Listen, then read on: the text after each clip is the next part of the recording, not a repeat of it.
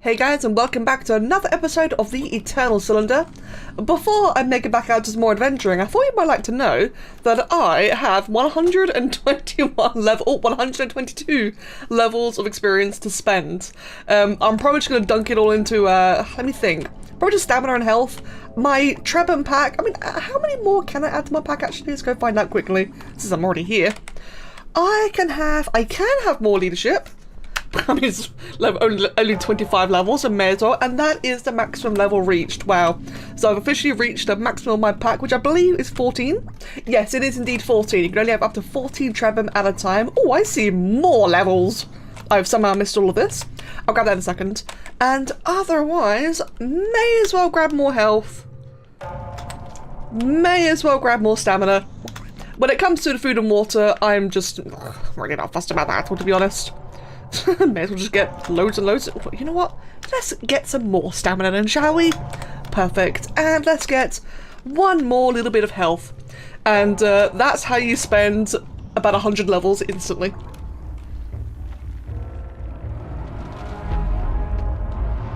What do you want this time, mathematician? Just gonna break it down again. Oh, you big meanie.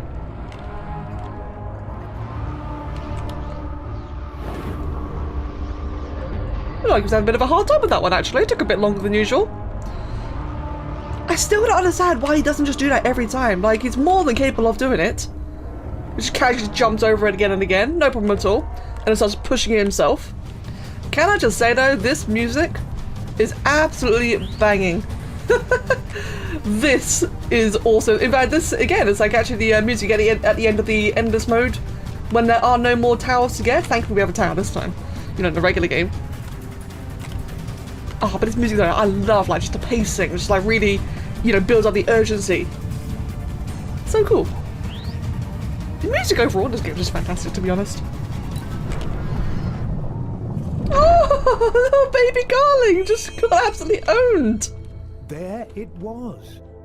Floating above a towering pillar was one of the lenses that the Trebhum had activated. Would the lens be able to do what the Elder had promised him? Could it really help power a nearby palace? Man, just look out into the horizon. So we've got one lens right there, we've got another one there, and there's probably a third one behind that smoke that I can't see right now. And those just look awesome. So before we do that, I've just noticed something. I've actually never tried that before. Well, that's kind of cool, although I'm not really sure what the point of that is. But that's a neat little interaction. I'm flying! I'm flying! Oh, there's a thing over there! Oh, and I just missed it entirely. I think that is the elusive mushroom I've been needing for one of my mutations. You know, it makes me laugh. We've got the palaces out on the horizon, and I've just spent my entire time trying to get this stupid thing. I took like 6-7 tries because I kept getting whacked by the air propellers. Anyway, so we finally have that mutation completed. There we go, the plated body. Awesome. At last. Victory was achingly close. 3 towers waited patiently for the lenses. All the Trebhum needed to do was climb each one and pray that the wrath of the cylinder would be kept at bay until they were done. The wrath of the cylinder. As I was going to say, like a normal person, instead of actually doing the objective, I went to that XP shrine down there. And I also got the materials for 2 more permanent mutations. I'm going to go ahead and just quickly whack those on. So we've got the mixer body permanently. And I could have sworn I had another one. Maybe I did it off camera. I don't know, I've just been farming mutations to be entirely honest. Right, interact. Oh, right, that's me. I actually have to move it. So expected like a cutscene or something to happen. There you go, I've got to move the lenses myself and basically power it up in the middle. Right then. It seemed to be in luck. The ancient device still worked. And the 2 other lenses that the Trebhum had so painfully managed to lift into the skies? Yes, there they were, just waiting for our little heroes to reach them. Aw, our little heroes. So painfully, I wouldn't really consider it that painful considering just one of them, Zakran, just, you know, blew a tornado onto it. I guess the effort of actually getting there, that was painful, poor little things. Hey, would you look at that, is yet another mining processor one.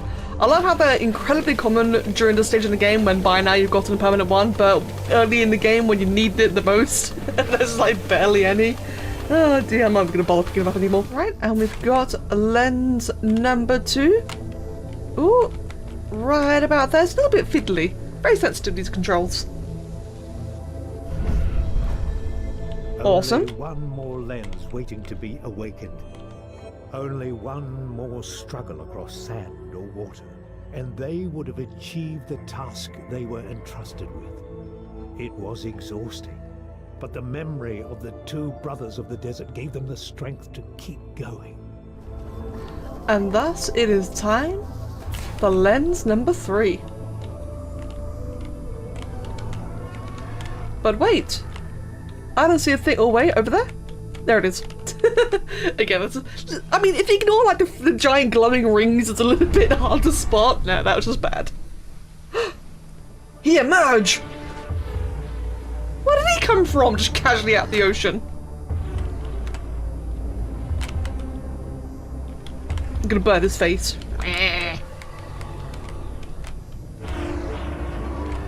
Oh god, he's mad. He's mad, he's got a shield, but it's okay because I can just pierce him through the shield quickly. I kind of know what happens if he actually reaches. You know what? What happens if he actually reaches you? I know that the way to do this is, I mean, it's very clearly illustrated, isn't it? You just like burn him where like the shield is vulnerable. What actually happens if he catches up? Damn. He mad. He very, very mad. Right then, let's do that again, but properly. Oh, that's just rude. It dropped me off in the water without the boat. Damn. Well, I guess, you know, that's teaching me for trying to see what happens. Oh, what the hell? I'm falling and he... What is going on?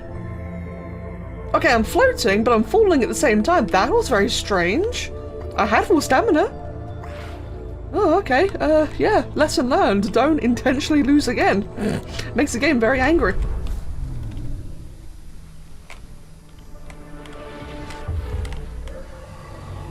That was a lot quicker that time, wasn't it? Just immediately denied. Right, get his face, his head, get his side, right in the ribs, right in his other ribs, or his hip more like. Right in the stomach, burning him casually as one does. Oh, he's getting pretty close actually. It's a little worrying. Come on. Keep going. Damn!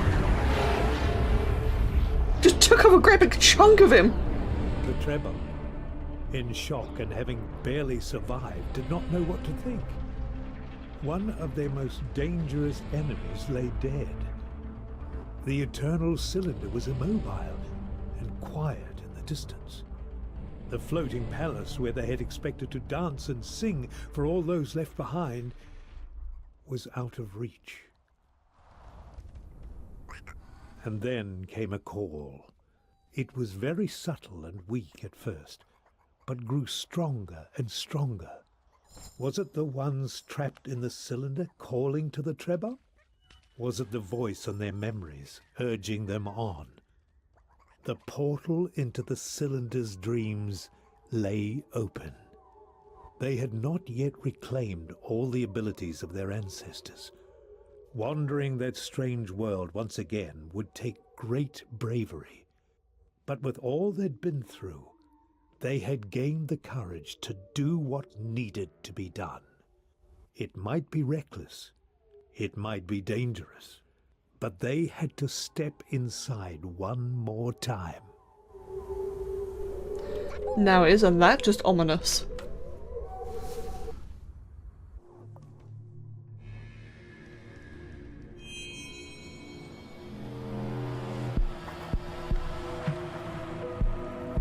Oh, look how distorted it is. You have returned. Can you hear me? Everything is falling apart. But don't underestimate the power of the cylinder. Existence is suffering. The cause of suffering is attachment to ego. Ego is the separation of consciousness from universal oneness. Suffering will continue as long as consciousness remains separate. Only the unification of all consciousness will end suffering. Birth is suffering, aging is suffering, illness is suffering, death is suffering, separation is suffering. Suffering will end when there is one consciousness, when the consciousness of the one is the consciousness of the universe. And there is no distinction between self and other, object and subject, that which perceives and that which is perceived. The variety of forms is a cause of suffering. All forms must be made alike. All forms must be made one. Only when all things are one with the cylinder will suffering cease. The cylinder is expression. The cylinder is liberation from suffering. The cylinder will continue until all things are one. When all things are one, when all forms are perfected within the cylinder, then the cylinder will cease, and there will be peace. All is one. One is all. One is nothing. Nothing is all. There are gaps in its defenses, imperfections in its unity. Keep searching for your memories. We're doing what we can to help. It's difficult to explain. There's more in here. Older memories. The songs of the Trebhum. If we could push them away from the cylinder. The Trebhum needed to... You need to keep going. This way. I've isolated the final Trebhum memory cluster. The Trebhum clusters have been ejected, but the cylinder is trying to compensate. It was clear that the voice was getting weaker. How creepy is that? I do wonder if that voice is the Eternal Cylinder itself, or if it's a mathematician speaking for the Eternal Cylinder. It could be either, it could be both. But if you ever wondered why the cylinder's crushing everything, well, there you go then. It's to kind of make everything whole and the same, because differences are what causes suffering according to the cylinder. But then you think how the Trebhum are so varied in the way they are, kind of makes sense for them to be like, you know, the prime protagonist in this. It's really cool. The thing that I wonder is, where did the cylinder ever come from? Because it's clearly sentient. Part 4, A Conspiracy of Ghosts. How long had they been in the cylinder's mind?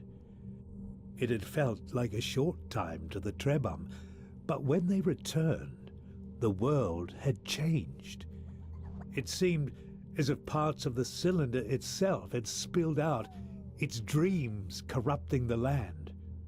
The cylinder lay still, but there was no sign of the mathematician. Oh. So it can activate itself. Oh god. Is that just eerie? The cylinder kept moving. That the mathematician had been struck down meant nothing to it. It was the master. It was eternal. Its servants were only tools. If they broke, they would be tossed aside. Damn, that's kind of brutal. Yeah, as I was gonna say, like, I forgot that this biome, part 4, this entire environment, was, you know, the same as the desert. Like, that's where you kind of spawn into, because I forgot about that. I thought it was just something you travel into, like the previous biomes. But no, how time passed. In the time that had passed, the cylinder, which is clearly capable, to move itself, still waited for X amount of time for the realm to get corrupted. A little bit confusing. There's kind of a lot to take in there. Still though, it's really interesting. I like how mysterious it is. I really, really hope so. I know that the developers do plan on adding just more to the game, such as, you know, endless mode. That was like a test to see how it went. You know, people enjoyed it just, you know, for like a bit of fun. So they plan on doing like different modes, to my knowledge. Please don't quote me on that. I really don't know if it's permanent or guaranteed. That being said, I really hope that they do consider expanding the story, because my god, the story is so fascinating and so ominous and surreal and mysterious. They've got so much lore put into the game, it'd be such a shame to, like, you know, leave it as just a one singular game. Is that an eye? That is indeed an eyeball. Lovely. Well then, I'm just gonna go ahead and just move away from that. Man, isn't this just a sad and desolate looking environment? Just look at how, ooh, too close. Look at how just messed up all this looks. So evil. And it described that there's like the imagination of the cylinder being poured out, or the mathematician maybe, or either one. Bit messed up, isn't it? No commentary? No narration? Alright then. So, here we are then. First things first, let's just check the map real quickly. So, what do we have? Oh, okay, so the map's actually foggy, but you can see right there that we got the temple. So, I think... Ooh. We have a Runderslock, one of my favourite named creatures in this game. The Runderslock, which reminds me, the infant garling. We've actually checked out this. So just before we look at a Runderslock, the infant garling. Not a separate species from the Great Gar, but merely an early stage of its development. The three legs of the adult are not yet properly formed, functioning instead as a single appendage which the animal uses to bounce from spot to spot. Its sac is developed enough to lift it, but does so somewhat inconsistently. An infant garling may look silly, but its kick packs plenty of force. Oh god, oh, I never actually thought to try that. Then again, I don't really want to die to it either. Runderslock is a spherical creature with eyes on all sides of its body, giving it 360-degree vision. Could you imagine like what that physically would look like? Its many mouths allow it to use its long barbed tongue both as a weapon, striking at nearby prey, and as a means of propulsion. Despite its apparent clumsiness, this creature is a dangerous predator. They will occasionally hunt in groups, and you know what I think? You know what I think? Oh, I'm saving, you know what I've got planned? Let's grab Draki. Hey, Draki lady. Hey you. Hey you.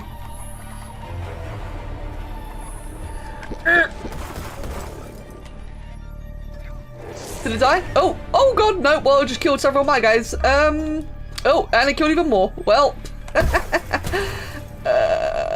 See, that's why I like to save. Yeah, I'm definitely gonna try that again, by the way. I'm definitely trying that one again. Oh, it's angry. Come here, Runderslock. Come on, you know you wanna die. Oh, there you go, it died. Right, I'm just gonna not directly walk into the cloud. That would be a little bit daft, wouldn't it? What I will do is just go ahead and grab Mag. Good old Magnum. I think the cloud has since dispersed. Fantastic. I'm gonna grab this. I cannot remember what the tongue bag does. Oh, I do remember! A muscle-like organ that contracts, causing the slippery tongue to be propelled outwards before recoiling back into its protective membrane. Right, who do I give that to? I think Kitsune. Or Welly. Kitsune. Yeah, Kitsune. Enjoy having the glorious tongue. And for those who may not have seen this one before, that's just horrible. Oh, the eyes, the eyelashes, and the big like lips, face. It's such a horrible combination. It does decent damage, but I can say from experience that you can't really like, even as a melee attack. I really say from experience, you do not want to melee creatures in this game. Trying to melee hit anything is a death sentence. Oh, there it is. Thankfully the analytical eyes picked up before I ever did. And here we have a skulk bug. Oh, I remember this. The skulk bug, a small insect with pointed legs adapted for stealth and traversing difficult terrain. These things have creepy legs. Who do I give this one to? Well, I do believe that Saga has some rather normal looking feet, so I think Saga is the one who's going to have this new mutation. Oh, there you go. Isn't that creepy? Stealth adapted legs allow the traveler to walk without making any noise. Sweet. Oh, what is that creepy thing? I don't like that. It's like one of the snails, but it's like suffering. Hello, friend? Are you okay? It's stuck? Oh, well, maybe I can crush it instead then. Oh, yeah, crush it for me, please. Slam. No, it missed. I kind of want to touch it, but at the same time, I kind of don't want to. I don't really want to die, but I really do want to touch it. You know what I think? I'm going to touch it. By touching that first. Oh, I missed. Never mind. Let's just touch you instead. Oh! Nothing happened. Let's try again. Yeah, no, it's just... Oh, goodbye. Oh, well, I killed that. Which dropped nothing. I've got that big boy coming for me. Oh, that's fine then. Yeah, what is wrong with you? Why are you just doing that? Maybe a bit of a gas? Oh, no. Ooh, be wary of that. Oh, well, there goes Sommy. She died to her own farts. That's unfortunate. Not really surprising though, to be honest. Yeah, no, it's just invincible, whatever that thing is. Hello? Oh, there goes Jackie. There goes my entire family. Just go ahead and just pretend it didn't happen. Ooh. This is cool looking. Whatever had changed, the outside world had crept into this place as well. Maybe that is why the air smelled so bad. Or maybe this place had become a tomb. Ah, that's a grim thought. Oh, that's subtle, but that's grim. Right then, bear with me 1 second. You know, obligatory crack dust. We've got to get a crack dust. You know, it's just gotta do it and bounce a lot apparently as well. Anyway, right. I see glick balls. I also see a glick ball music mutation. Now then, I actually need 2 of those music mutations to get the permanent version, but I also need to kill a glick ball instead, or as well, excuse me. Oh, I just hate the way to do that. How many do I need? I need 4 in total, it seems, and I've already seen at least 5. Cool, so in that case, I need to turn one of my Trebhum into a weapon, and I'm going to choose Azure because we've got the mineral processor one permanently, so I can go ahead and afford to mutate him like this. Oh, wait. Give me a second. There we go. Eat one of them and eat the rest of the food while I'm at it as well. Put all those back over there. And he shall become the Eternal Cylinder. We have become our enemy. And because of this, it means that we can crush things. Oh, wait. If I do it right. Hello. Meh. There we go. I'm going to eat you. I killed the poor glick ball. For anyone who's not already seen it, if you eat a glick ball, it'll remove your legs and you just don't have legs. It's kind of sad. It's a bit of a temporary mutation. Or, alternatively, I can get the permanent hypnotic trunk. Awesome. Okay, so I just had a bit of a roll around the area just to clean the area up, see if there's like any mutations or any dust or whatever I've been missing. Everything's all cleaned up, so let's go ahead then and give Mag the hypnotic trunk, because it's just easier if I do it on the same Trebhum that I'm already using. I'm gonna come over here, and I'm gonna sing. Oh, here they come. Well, here comes 2 of them anyway. I think, oh no, wait, no, they're all slowly arriving. I got 3 with me right now. Here comes 2 more. And there we go. Making sweet music for the happy little glick ball. And these little things, by the way, these cute little derpy looking things, these are the ones that turn to tongle grops. Oh! Oh! I had forgotten. I can see why I mentioned a tomb. And if you've noticed, the little things crawling all over it. Yeah, let me just go ahead and inhale those. Those are the normal reaction is to inhale all the parasites on this thing. Ugh, this game does get quite dark, honestly. Oh dear. Those aren't related. Are they related to tongle grops? Those big ones. I can't remember what I called again. Bear with me. The onychverts. Onychverts, male and female. No, they're not related to the tongle grops, are they? It's just really ominous about how these things are just chilling here with a bunch of glick balls nearby. Huh, interesting. And for those wondering, the thing I just inhaled as well is a fungulus, a fungivore quasi-isopod that feeds exclusively on red rock lichen, clings to the rock and feeding for days or even weeks. And apparently they eat corpses as well. Lovely. Now then, what do we have around here? Okay, so I think it's quite clear what I have to do for this one. I'm just gonna go ahead and just yeet the poor little baby Tongle Grops into that. Whee! Thankfully, the game is very forgiving and it kind of does it for you, so you don't have to, like, you know, spend several attempts at trying to do this bit, which I'm very grateful for. Because, God, could you imagine, like trying to meticulously aim this every single time? That'd be such a nightmare. There we go. And third one. Ow! Just hurt myself somehow. Yeet. Whee! Whee! And the ball goes rolling down. Ooh. Meanwhile, secret chest with a big freaky looking thing. I think that's a frozen skull heart. Give me one moment. I'm going to move the healy deelies over here. Hold on, let's just go ahead and reorganize everything a little bit in general. All the healy deelies can go down here. Let's have some food. Do all that, do all that. We'll grab you. I think that is a frozen skull heart, isn't it? It is. Ooh, do I already have one? I do, so now I've got 2 of them. I feel like I really should use it, but at the same time, I think I'm getting like a little bit obsessed at this point, but I kind of just want to save it for a permanent mutation. I definitely think I'm getting obsessed. Oh well, I like completionism. Happy little singy boy. Right then. And up here, we have the map. Right. We've got a cave right next to us. That's good to know then. So we've got a cave. We've got another tower followed by a resurrection shrine and another celestial Travala up ahead.